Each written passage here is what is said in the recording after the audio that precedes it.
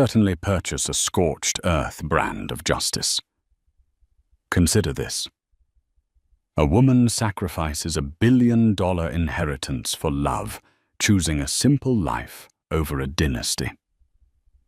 10 years later, she wakes up to an empty house, no husband and missing children, just a court order freezing her assets and a text message from a woman named Tiffany.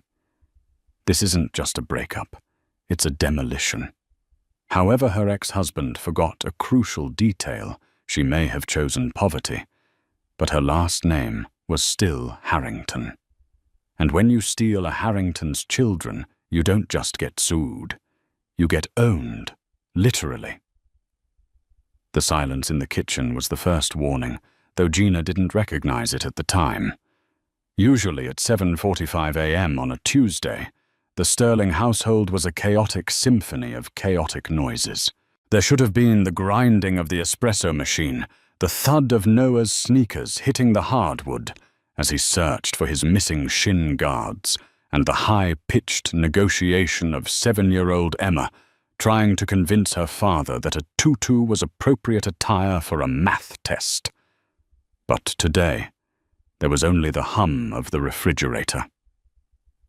Gina walked down the stairs, tying the sash of her silk robe, expecting to see Jason frantically buttering toast. "Jason, did you take them to school early?" she called out, her voice echoing slightly in the hallway. There was no answer. She moved into the kitchen. The counter, usually littered with permission slips and half-finished homework, was pristine. Too pristine. It looked like a show home wiped down and sterile. A single white envelope sat in the center of the granite island. Her stomach did a slow, sickening flip. It was that feeling, the primal instinct that predates logic. It's the feeling of a predator nearby, or the ground about to give way. She walked toward the envelope. It had her name, Gina, written on it in Jason's sharp, architectural handwriting. She tore it open. Inside wasn't a love note. It wasn't a reminder to pick up dry cleaning. It was a single sheet of paper, clipped to a thick packet of legal documents. "Gina, I've taken the kids to my mother's for a few days. Don't try to come get them. By the time you read this, my lawyer will have already filed for emergency temporary custody based on your current instability. I'm sorry it had to be this way, but I can't let you drag us down anymore. We're done. Jay." Gina's knees hit the floor before she even registered falling. The ceramic tile was cold against her skin, but she couldn't feel it. Instability. What instability? She scrambled to grab the thicker packet.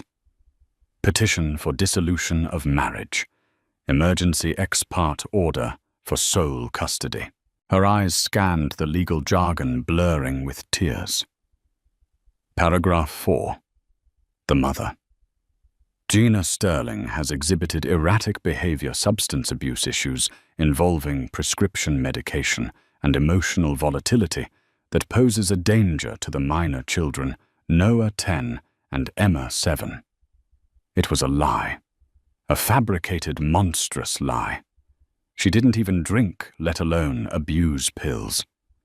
She was the PTA president. She was the one who baked gluten-free cupcakes for the class. She was the one who stayed up until 3 a.m., helping Noah with his science fair project on volcanoes, while Jason was working late at the firm. Working late. The realization hit her like a physical blow to the chest. The late nights, the new passwords on his phone, the sudden need for gym sessions at odd hours. She scrambled for her phone, her fingers trembling so hard she dropped it twice. She dialed Jason, straight to voicemail. She dialed his mother, Linda. "Hello." Her voice was icy. "Linda, please, where are they? Let me talk to Noah and Emma." "I have been advised not to speak to you, Gina. You need to get help. Don't call here again, or we will call the police for harassment." The line went dead. Gina sat on the kitchen floor, the silence of the house now screaming at her. She was 34 years old. She had been married for 12 years. She had given up her career in art curation to raise their children. She had supported Jason while he built his architecture firm, from a garage startup to a city staple. And now she was being erased. She ran upstairs to the kids' rooms. Their closets were half empty. Their favorite toys, Noah's Lego Death Star, Emma's stuffed rabbit named Bun Bun, were gone. He had planned this. He had packed while she was sleeping. He had probably carried them out to the car at dawn, telling them some lie about a surprise trip. She needed a lawyer. She needed to fight. She grabbed her purse to find her credit card. She needed to book a consultation immediately. She logged into their joint Bank of America account on her phone. Access denied. Account status frozen. She tried the savings account. Frozen. She tried her personal emergency card. Declined. Panic, cold and sharp, clawed at her throat. She checked the joint checking account balance before the screen locked her out. It read $0. He had drained it. 12 years of savings, the money from the sale of her grandmother's jewelry, the rainy day fund. All of it moved to an account she couldn't touch. She was trapped. She had no money, no kids, and a husband who had just legally ambushed her with the precision of a sniper. Then her phone pinged. A text message from a number she didn't recognize. It was a photo, a selfie. It showed Jason smiling brighter than she had seen him smile in years, holding a champagne flute. Leaning into his shoulder, wearing a diamond necklace that looked suspiciously like the one Gina had pointed out in a magazine 3 months ago, was Tiffany. Tiffany. His 24-year-old administrative assistant. The one whom Gina had invited to dinner. The one she had bought a Christmas gift for. The caption read, "Finally free. Thanks for the house, sweetie." Gina threw the phone across the room. It shattered against the wall, a spiderweb of cracks obliterating their smiling faces. She screamed. It wasn't a scream of sadness. It was a scream of pure, unadulterated rage. She had left her life for him. She had walked away from the Harrington dynasty, from private jets, galas, and the suffocating control of her father, Arthur Harrington, because she wanted love. She wanted something real. She wanted a man who loved her for her, not for her father's billions. And Jason had played the long game. He had used her, drained her, and now he was discarding her like a used wrapper. But as she looked at the shattered phone, a dark thought bloomed in the back of her mind. Jason knew she was estranged from her family. He knew she hadn't spoken to Arthur Harrington in a decade. He was banking on her being the helpless, middle-class housewife she had pretended to be for so long. He forgot one thing. DNA doesn't fade. And neither does a Harrington's capacity for war. The first week was a blur of humiliation. Gina tried to represent herself at the initial hearing. It was a disaster. She walked into the family court building, wearing her best suit, which was 3 years old, clutching a binder of printed bank statements and school records. Jason walked in, flanked by 3 men in suits that cost more than her car.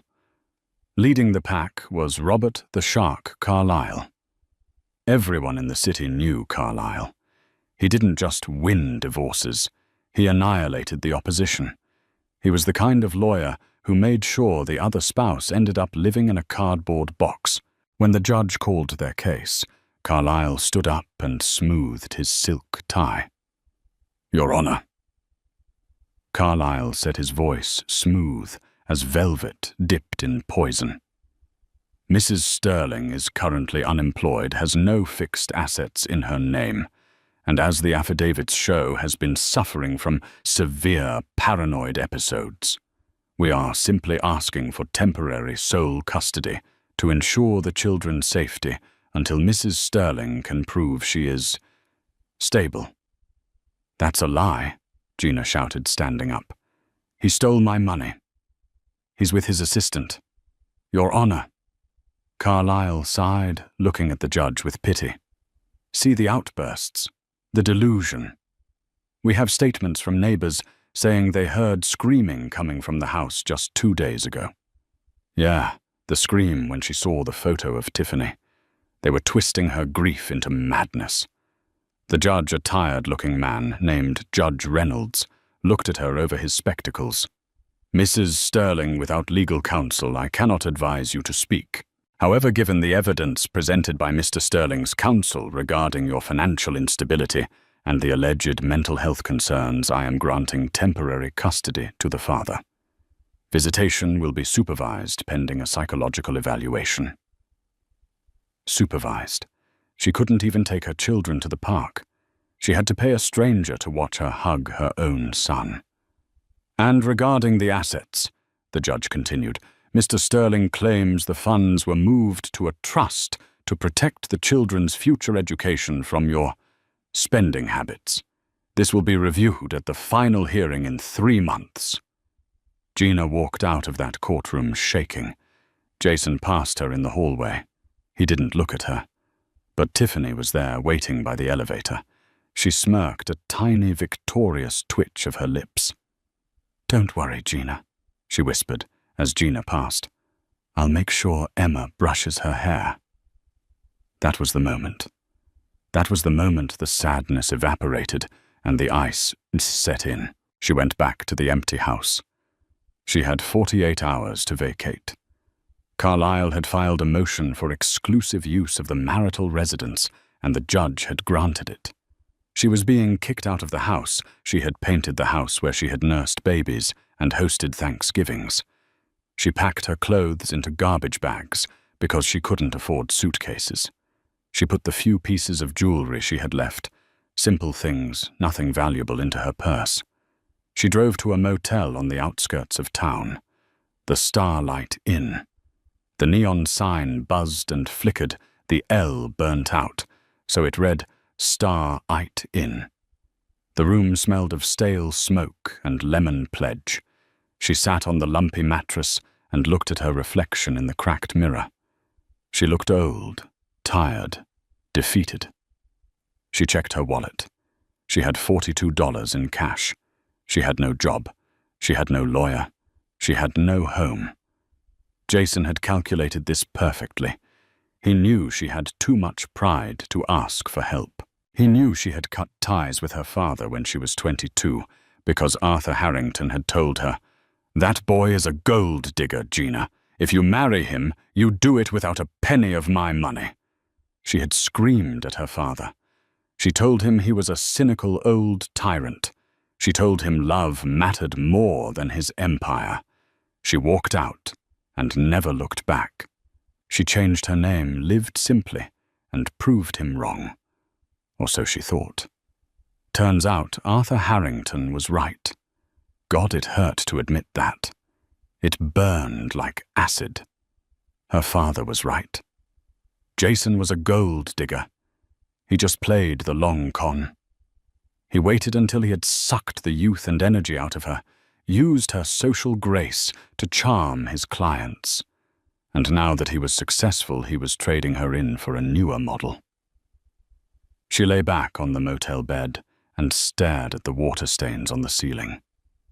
She could give up. She could get a job as a waitress, live in this motel, and see her kids for 2 hours on Saturdays, under the watchful eye of a court-appointed social worker. Or she could do the hardest thing she had ever done. She could pick up the phone. She reached for her cracked cell phone.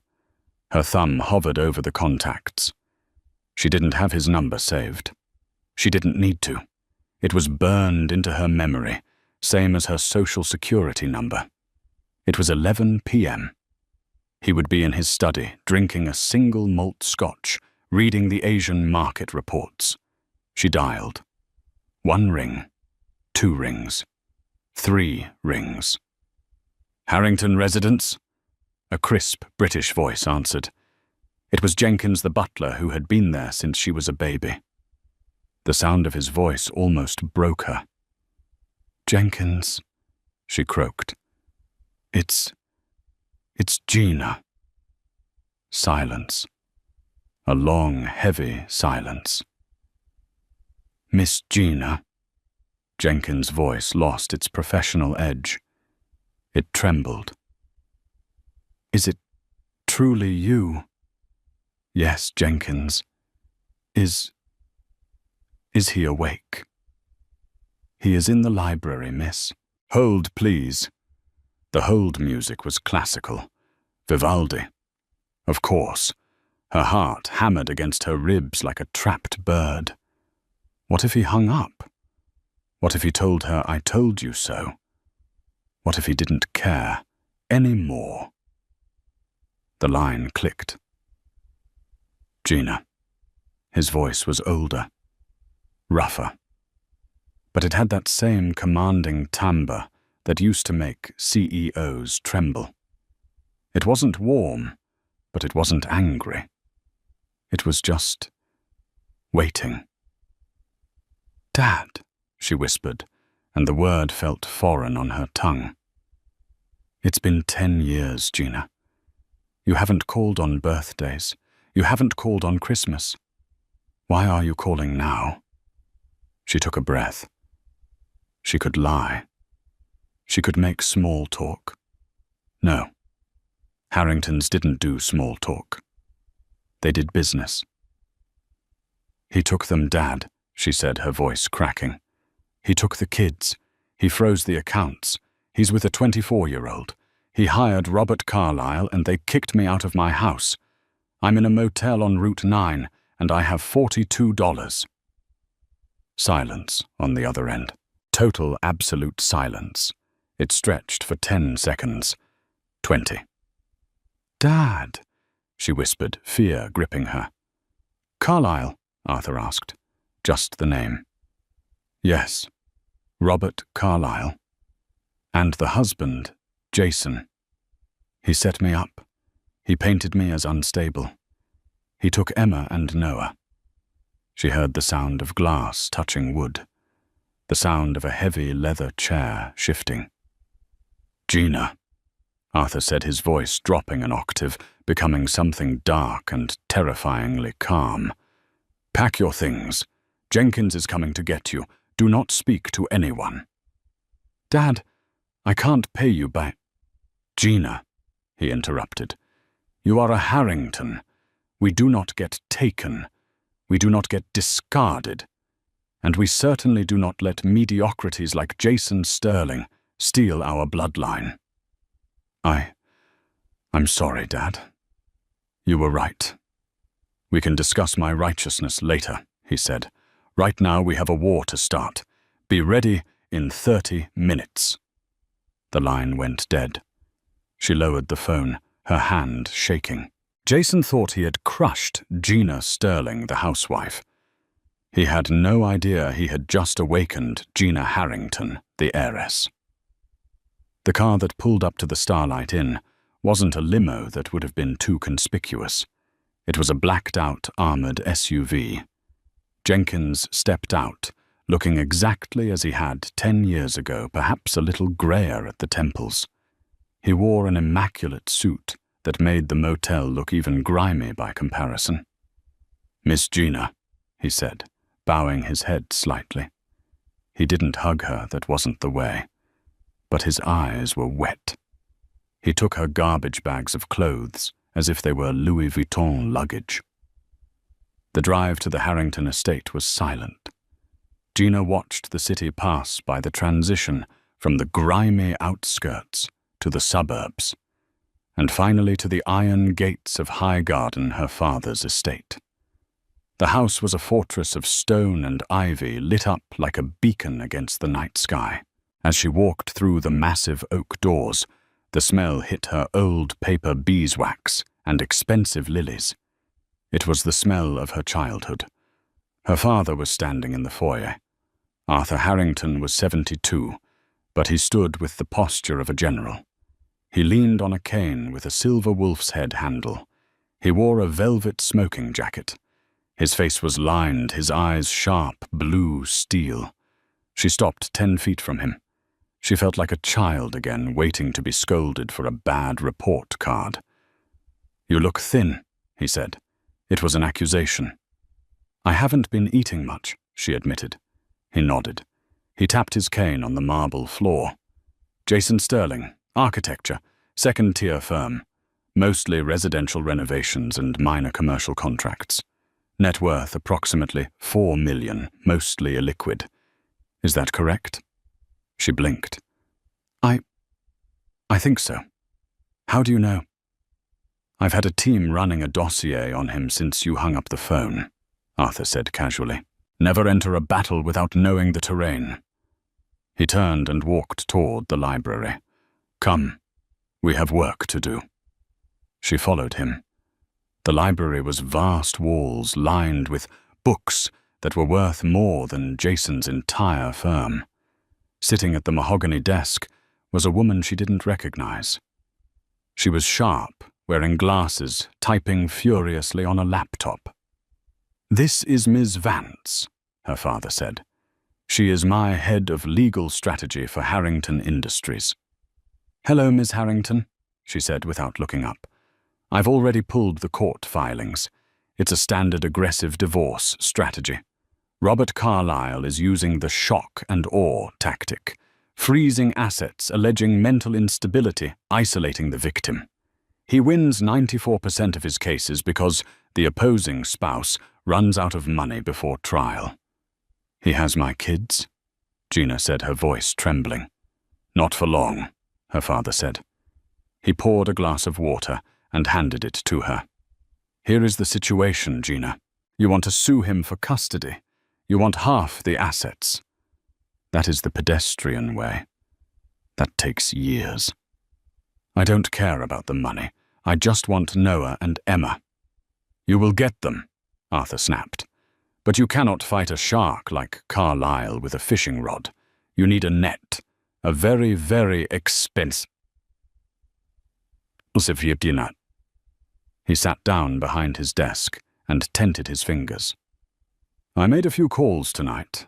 Robert Carlyle is the senior partner at Carlyle Evans and Tate. It's a boutique firm, highly profitable but small."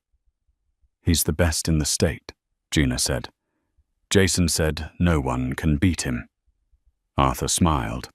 It wasn't a nice smile. It was the smile of a wolf looking at a wounded rabbit. Gina lesson number 1 of being a Harrington. Everyone has a price, and everyone has a boss. He owns the firm, Dad. He doesn't have a boss. "Everyone has a boss," Arthur repeated. "Sometimes it's the bank. Sometimes it's the leaseholder. Sometimes it's the clients." He looked at Ms. Vance. "What is the status of the lease on Carlyle's office building downtown?" Ms. Vance tapped a key.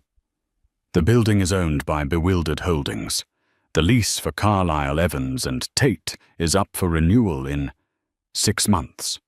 But there is a clause allowing early termination if the building changes ownership and is repurposed for industrial use." Arthur nodded. "Buy the building." Gina's jaw dropped. "Dad? What? Buy the building?" Arthur said, waving his hand as if ordering lunch. "Tomorrow morning, cash offer, 20% over market value, close by noon." "Yes, sir," Ms. Vance said, typing. "Dad, you can't just buy a skyscraper to evict my husband's lawyer." "I'm not evicting him," Arthur said innocently. "I'm just becoming his landlord. It makes negotiations easier." He turned back to Ms. Vance. "Now the firm itself. Carlyle Evans and Tate. They represent who mostly local high-net-worth individuals, correct?" "Yes, sir. Their biggest retainer is with the monolithic construction group Apex Construct." "Ah." Arthur's eyes lit up. Apex. I play golf with the CEO of their parent company. Get him on the phone in the morning. Tell him Harrington Industries is considering that joint venture he's been begging for. But we have concerns about the ethical standards of his legal representation. Dad, Gina interrupted, standing up. This is insane. You're going to destroy an entire law firm just to help me get a divorce. Arthur stood up, and for the first time, his face softened. He walked around the desk and stood in front of her. He reached out and tucked a strand of hair behind her ear, a gesture he hadn't done since she was 6. Gina, he said softly, you chose love. You chose to be normal. And look where it got you. A motel room and a broken heart. He gripped her shoulders. You are my daughter. You are a Harrington. We do not beg for justice. We dictate it. Jason Sterling wanted a war fine, but he brought a knife to a nuclear standoff. He looked her dead in the eye. Tomorrow we go to court, but you won't be going as Gina Sterling, the unstable housewife. You will be going as Gina Harrington, and you won't be hiring a lawyer. I won't. No. Arthur grinned. Why hire a lawyer when you can buy the law firm? Gina woke up the next morning in a bed that cost more than her first car. The sheets were Egyptian cotton, 1,000 thread count, smelling of lavender. For a split second she forgot. She reached out for Jason. Her hand hit cold, empty space. The memory of the last 48 hours crashed down on her like a tidal wave. The empty house, the frozen accounts, Tiffany's smirk, her children, Noah and Emma, waking up in a strange house, probably being told Mummy was sick or crazy or didn't love them anymore. She sat up, gasping for air. But this time the panic didn't paralyze her. It fueled her. A knock at the door. Enter, she said. A team of 3 women walked in wheeling a rack of clothing. They weren't maids. They looked like stylists from Vogue. Good morning, Miss Harrington, the lead stylist said. Your father requested we update your wardrobe for court today. He specified that the aesthetic should be unapologetic. She looked at the rack. Gone were the soft cardigans and floral dresses of Gina Sterling, the suburban mom. In their place were structured blazers, sharp pencil skirts, and stilettos that looked like weapons. Colors of power, charcoal, navy, black, crimson. I don't need this, she muttered, touching the fabric of a Chanel suit. I'm just going to a hearing. Ms. Harrington, the stylist said gently. You aren't dressing for a hearing. You are dressing for a coronation. She put on the suit. It was black, tailored to within an inch of its life. When she looked in the mirror, Gina Sterling was gone. The woman staring back at her had cold eyes and a jaw set like granite. She pulled her hair back into a tight, severe bun. She put on the diamond studs her grandmother left her. The only thing Jason hadn't been able to steal because she wore them constantly. She walked downstairs. The library was buzzing with activity. It looked less like a home office and more like a war room. Her father was on the phone, his back to her. I don't care about the penalty fees, George. Pull the funding. Yes, immediately. If they complain, tell them to call me. He hung up and turned. He looked at her, and a flicker of pride crossed his face. Better, he said. Much better. You look like your mother. Ms. Klein, formerly Ms. Vance, approached with a tablet. Update, sir. We've acquired the building at 400 West Market Street. The deed transfer was expedited at 8:00 a.m. We are officially the landlords of Carlisle, Evans and Tate. Excellent, Arthur said. And the second phase, the bank holding the firm's line of credit, was more than happy to sell the debt package to us, given the premium you offered. As of 8:30 a.m., Harrington Industries effectively owns the operating capital of Jason's legal team. Gina stared at them. You bought their debt. Law firms are expensive to run, Gina, Arthur explained, pouring himself a coffee. Payroll lease insurance. They run on credit. Mr. Carlyle is leveraged up to his eyeballs to pay for his Hamptons house and his mistress's apartment. I now own that leverage.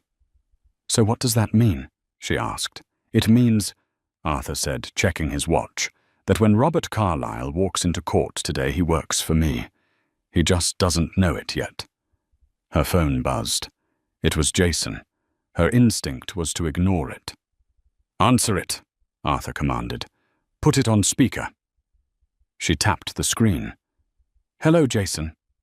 Gina. Jason's voice was dripping with false concern. Look, I know yesterday was hard. I'm calling because, well, Tiffany thinks we should be generous. We're willing to let you have the kids every other weekend, unsupervised, if you sign the divorce papers today. No alimony, no contest on the assets. She felt the blood boil in her veins. Generous. You stole my money, Jason. You kidnapped our children. Don't use words like kidnap, Gina. It sounds hysterical. I'm trying to help you. If you fight this, Carlyle will destroy you. You know that. You have no money. You have no home. Just sign the papers, move into a nice little apartment, and let us be happy. She looked at her father. He gave her a nod. Finish him. Jason, she said, her voice steady and cold. Do you remember when we met? You asked me why I never talked about my family. What, who cares? Gina, stop stalling. I never talked about them because I wanted to see if you could make it on your own. You couldn't. You needed my emotional labor to build your business, and now you think you can discard me. I'm hanging up, Jason snapped. See you in court. Hope you enjoy representing yourself. I won't be representing myself, she said. And Jason, one more thing. What? Make sure Tiffany enjoys that necklace. It's going to be the most expensive piece of jewelry she never gets to keep. She hung up. Her father actually smiled. That's my girl. Now let's go. The car is waiting. We walked out to the driveway. This time there was a limousine. A convoy, actually. 2 black SUVs and the limo. Dad, isn't this overkill? She asked. Psychological warfare, Gina, he said, opening the door. We don't just want to win. We want to traumatize. The family court building was a depressing place. It smelled of floor wax and broken dreams. Usually people walked in with their heads down, shuffling papers, looking defeated. When the Harrington convoy pulled up to the curb, traffic stopped. Gina stepped out of the limo, flanked by 2 security guards and her father. The paparazzi weren't there. This was family court. Not a movie premiere, but the people outside stopped and stared. They moved like a phalanx through the security checkpoint. Her father didn't even take off his coat. He just walked through the metal detector, and when it beeped, the guard looked at him, recognized Arthur Harrington, and simply waved him through. Power has its privileges. They took the elevator to the 4th floor. Department 12, Judge Reynolds. They walked toward the courtroom doors. She saw them through the glass. Jason was sitting at the respondents' table looking relaxed. He was laughing at something Tiffany was whispering in his ear. She was wearing a white dress, an audacious choice for a mistress. And yes, she was wearing the diamond necklace. Robert Carlyle was there, organizing his files. He looked confident, smug. He was the shark in the tank. Her father put a hand on her arm before they entered. Remember, he whispered, you don't look at Jason. You look through him. He is furniture. He is irrelevant. The bailiff opened the doors. All rise, the bailiff called out, though the judge hadn't entered yet. He called it out because Arthur Harrington had walked in. The room went silent. Jason turned around. His smile faltered. He squinted, trying to process what he was seeing. He saw her, Gina, the wife he thought was destitute, wearing a $5,000 suit, looking like a CEO. Then he saw the man beside her.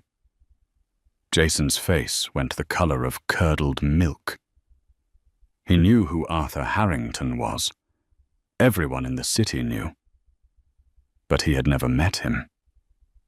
Gina had kept them apart for a decade. Gina, Jason mouthed. They didn't sit at the frantic, cluttered table usually reserved for self-represented defendants. They walked to the empty table on the right. Her father sat down in the gallery, directly behind her. He crossed his legs and rested his hands on his cane. He looked like a king watching a gladiator match he had already rigged. A new man walked in and sat beside her. This was her attorney, not a family law attorney. This was Sulas Thorne. Thorne was Harrington Industries' chief litigator. He didn't do divorces. He did corporate hostile takeovers. He destroyed monopolies. He was a man who spoke in a whisper that made grown men cry. "Who is that?" she heard Tiffany whisper. "Jason. Who is that old guy?" "Shut up," Jason hissed, panic edging into his voice. That's her father." "You said her father was a nobody."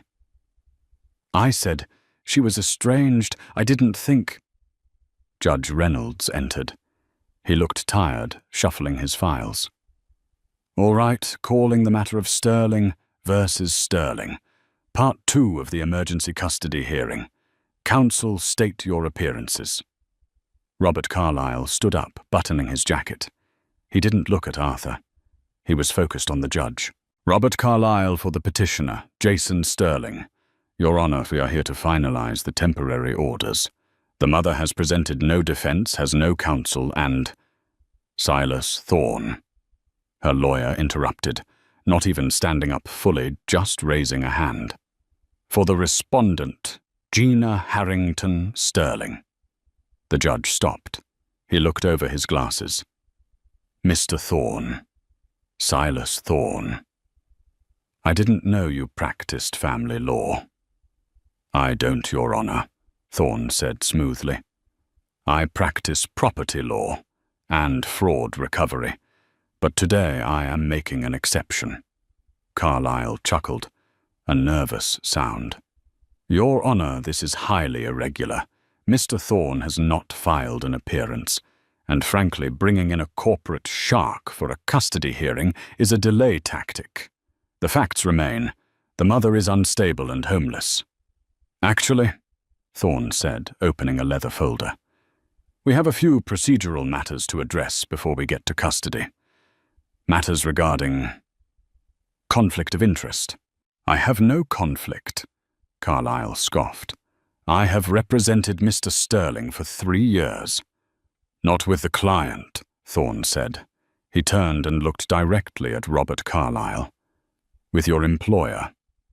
Carlyle frowned. "I am the senior partner of my firm, Mr. Thorne. I have no employer." Thorne slid a single piece of paper across the table toward Carlyle. "As of 8:15 this morning, the holding company Harrington West, a subsidiary of Harrington Industries, acquired the debt obligations and the commercial lease for Carlyle, Evans and Tate." The room went deathly silent. Carlyle looked at the paper. His hands started to shake. This is a mortgage deed." "It is," Thorne agreed. "And if you look at the attached rider clause, 4B, the creditor that's us has the right to demand immediate repayment of the operating line of credit if the firm engages in conduct detrimental to the creditor's interests." Thorne leaned forward. "Suing the creditor's daughter is considered highly detrimental." Jason stood up. What is going on? What does this mean? Sit down, Jason, Carlyle snapped. He was sweating now, visible beads of sweat on his forehead. Mr. Carlyle, Judge Reynolds said, looking confused. Are you saying the respondent's father bought your law firm? He bought the building and the debt, Your Honor, Carlyle stammered.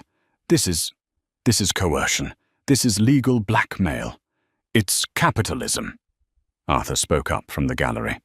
His voice was not loud, but it carried to every corner of the room. And I believe, Mr. Carlyle, you have a board meeting in 20 minutes. I suggest you check your email. Carlyle pulled out his phone.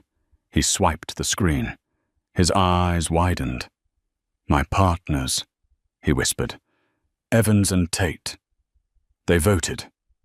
They voted to terminate your representation of Mr. Sterling effective immediately. Thorne filled in. To save the firm from bankruptcy, they have decided to align with the new landlord's moral compass. Carlyle looked at Jason. Then he looked at Gina. Then he looked at the judge. Your Honor, I must move to withdraw as counsel. What? Jason screamed. You can't withdraw. I paid you $50,000. I have to, Carlyle yelled back, losing his composure. If I continue this case, they foreclose on the firm by lunch. I'm out. Carlyle started shoving papers into his briefcase. You're on your own, Jason. Mr. Carlyle. The judge banged his gavel. You cannot just leave. Watch me. Carlyle stormed out of the courtroom, leaving the heavy door swinging in his wake. Jason stood there alone. The silence was deafening. He looked at the empty spot where his shark used to be. Then he looked at Tiffany, whose mouth was hanging open.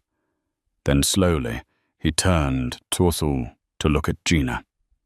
She wasn't the unstable, crying housewife anymore. She was Gina Harrington, and she was smiling. Mr. Sterling, the judge said, his voice hard. It appears you are now unrepresented. Do you wish to request a continuance to find new counsel? Jason opened his mouth to speak, but Thorne cut him off. Your Honor, before you grant a continuance, we have an emergency motion. Since the petitioner admitted in his initial filing that he works long hours and relies on staff for childcare, and since he is now currently facing a massive fraud investigation regarding the misappropriation of marital assets. Fraud investigation? Jason squeaked. Yes, Thorne said. We have forensic accountants tearing apart your firm's books as we speak. We believe you moved $1.2 million of marital funds into an offshore account in the Cayman Islands. That is a felony, Mr. Sterling. And felons.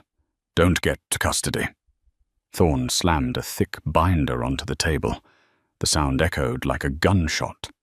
We move for immediate sole legal and physical custody to be returned to the mother. And we move for a freezing order on all of Mr. Sterling's personal and business accounts to prevent further dissipation of assets. Jason looked at the judge. He looked desperate. Your Honor, this is crazy. She's the one who's crazy. Judge.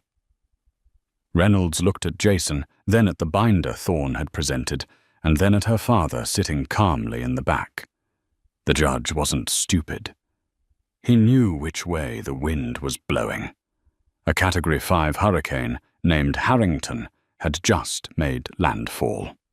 Motion for temporary sole custody granted to the mother, Judge Reynolds ruled. Mr. Sterling, you are to turn over the children immediately. And regarding the assets, I am freezing everything. You are not to spend a dime until those accountants are finished. Jason slumped into his chair. Tiffany stood up. I'm not staying for this, she hissed. You said you had money. You said she was a nobody. Tiffany, wait. Jason grabbed her hand. She snatched it away. Don't touch me.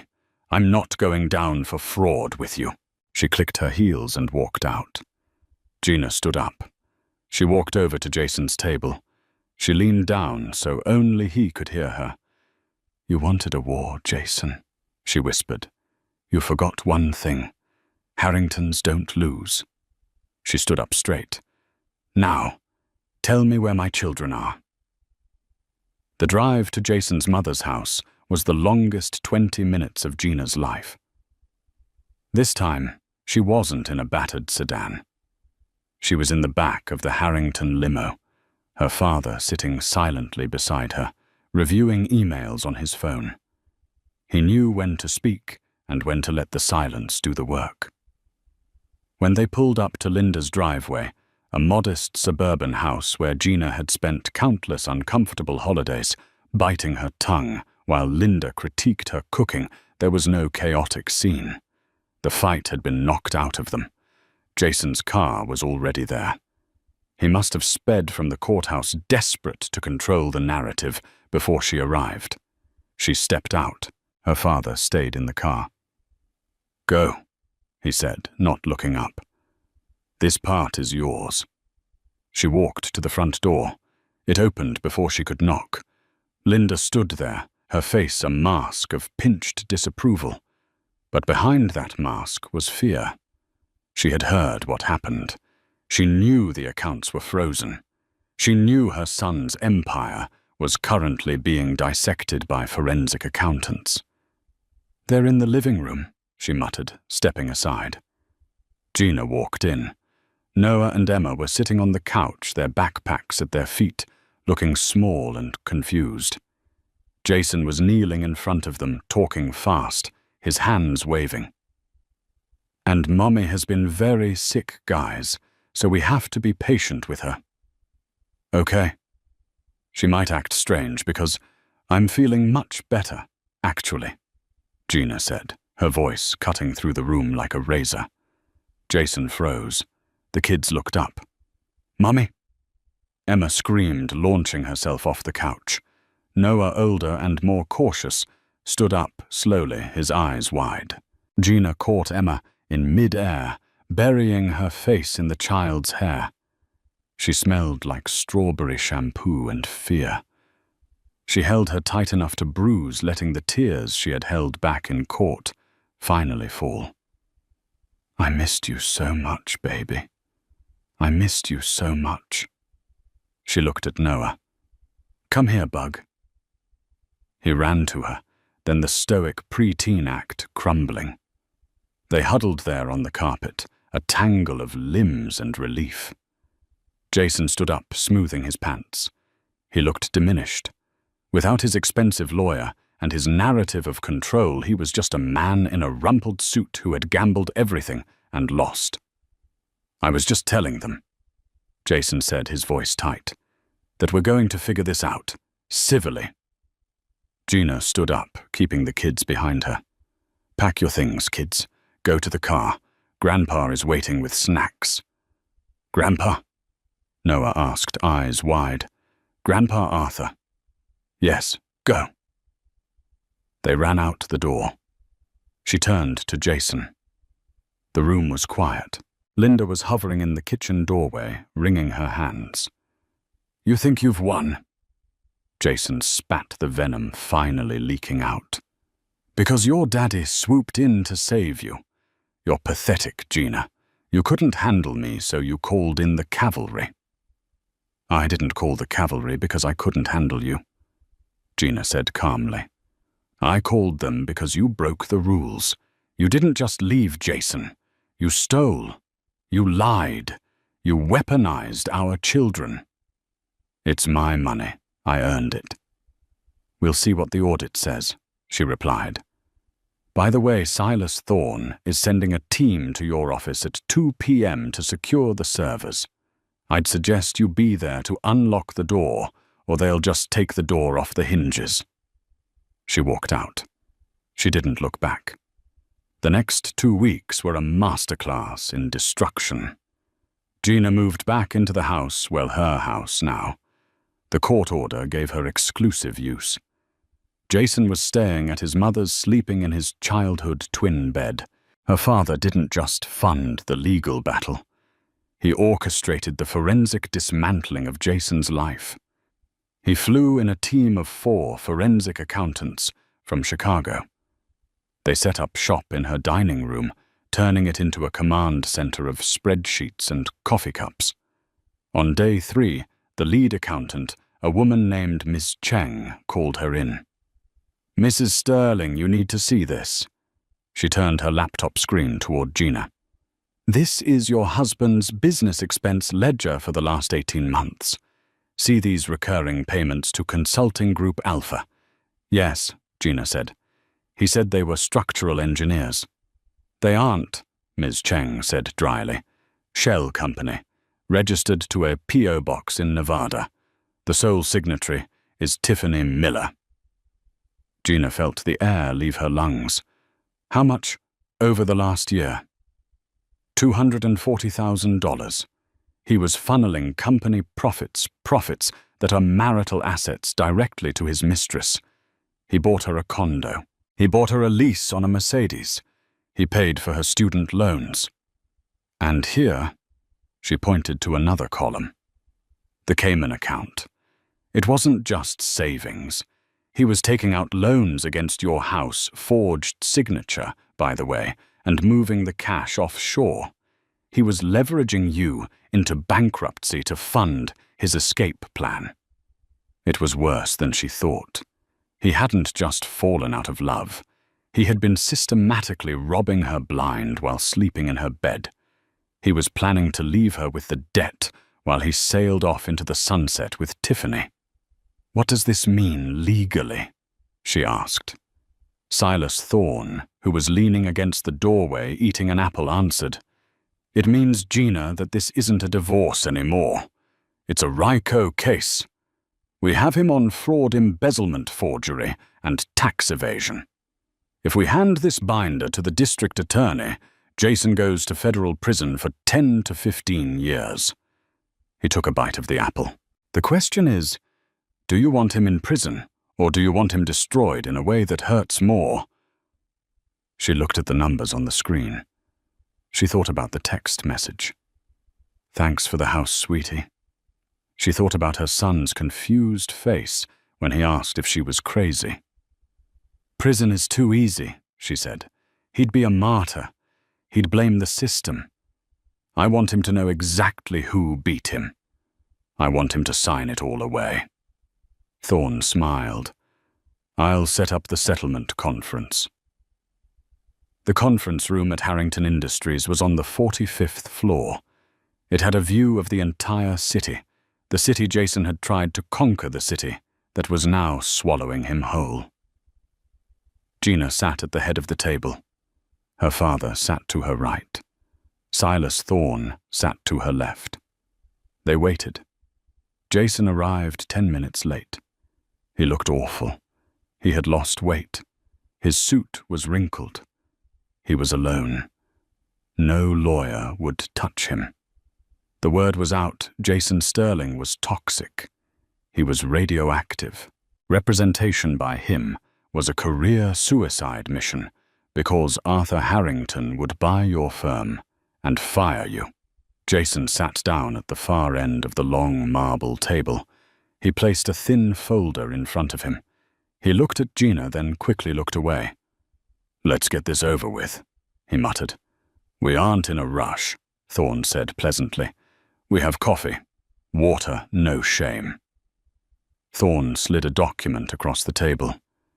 It was thick, about 50 pages.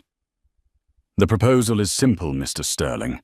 You sign this, and the binder full of evidence regarding your tax fraud and forgery stays in our vault. It never goes to the IRS. It never goes to the DA." Jason flipped open the document. He scanned the first page. His face went pale. This says I give up everything." "Correct," Thorne said. "I give up my equity in the firm." "The firm is bankrupt, Jason." Gina spoke up. "You drained it. It has no value. We are actually doing you a favor by taking the debt off your hands. I give up the house you mortgaged with a forged signature, Thorne asked. Yes, that's Gina's house. And custody. Jason's voice cracked. Full sole custody to Gina I only get. What is this 1 weekend a month? Supervised. You tried to kidnap them, Jason, Gina said softly. You proved you are a flight risk. You proved you put your own ego above their stability. I can't sign this, Jason slammed the table. I won't. This is slavery. I'll be destitute. I'll have nothing. You'll have your freedom. Her father spoke for the first time. His voice rumbled like thunder. Which is more than you deserve. I won't do it. I'll take my chances in court. Jason stood up to leave. Sit down, Jason, Gina said. He stopped. Or what? She pulled out her phone. She played a recording. It was a voicemail. Hey, Tiffany, it's Jason. Look, don't worry about the audit. I shredded the files on the Nevada Shell Company. They'll never find the trail. Just keep your mouth shut, and we'll be drinking margaritas in Cabo by Christmas. She stopped the recording. Ms. Cheng found the shredded files in your digital recycling bin, she said. Restoring them took about 10 minutes. That voicemail combined with the restored files. That's obstruction of justice. That's 5 years added to the sentence. Jason slowly sat back down. He looked at the phone. He looked at her. Tiffany gave you that voicemail, he whispered. Tiffany, Gina said with a smile, was very eager to cooperate once we explained that she was listed as a co-conspirator. We offered her immunity in exchange for access to her cloud account. She took the deal, Jason. She sold you out for a plane ticket back to her parents' house in Ohio. The betrayal hit him harder than the lawsuit. The girl he destroyed his family for had flipped on him the second the credit card stopped working. Jason slumped. He put his head in his hands. He began to weep. Not noble tears, ugly, gasping sobs of a man who realized the walls had closed in. Please, he begged. Gina, please. I built that firm from nothing. It's my identity. No, Gina said. I built that firm. I hosted the dinners. I designed the logo. I managed the books in the early days. I raised the children so you could work 80 hours a week. You didn't build it, Jason. We built it. And you burned it down. She slid a pen across the table. It was a cheap plastic pen. Sign it. He picked up the pen. His hand shook so badly he could barely write. He signed the custody agreement. He signed the asset forfeiture. He signed the admission of guilt that would be held in escrow. When he was done, he looked like a ghost. What happens now? He asked hollowly. Now, Gina said, standing up. You leave. You get a job. You pay your child support. And if you ever try to undermine me or hurt those children again, I will release the evidence, and I will watch you rot in a cell. Jason stood up. Jason stood. He walked toward the door. Gina. He paused at the threshold. What?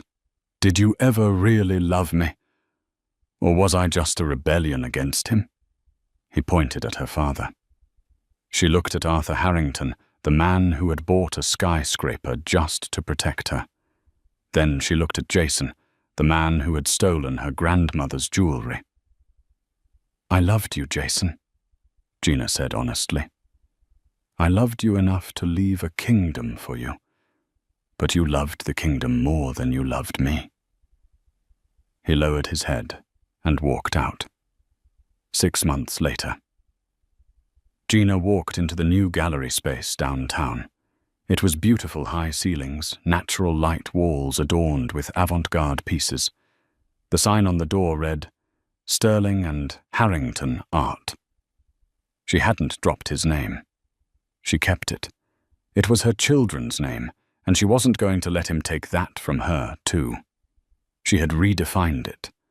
Sterling didn't mean failed architect anymore. It meant resilience. Her father walked in, leaning on his cane, looking critical as always. "The lighting in the corner is off," he noted. "Hello to you too, Dad." Gina laughed, adjusting a sculpture. "Are the kids coming to the opening?" "Noah is bringing his soccer team. Emma is wearing a tutu. It's going to be chaos." "Good," Arthur grunted. "A house needs chaos."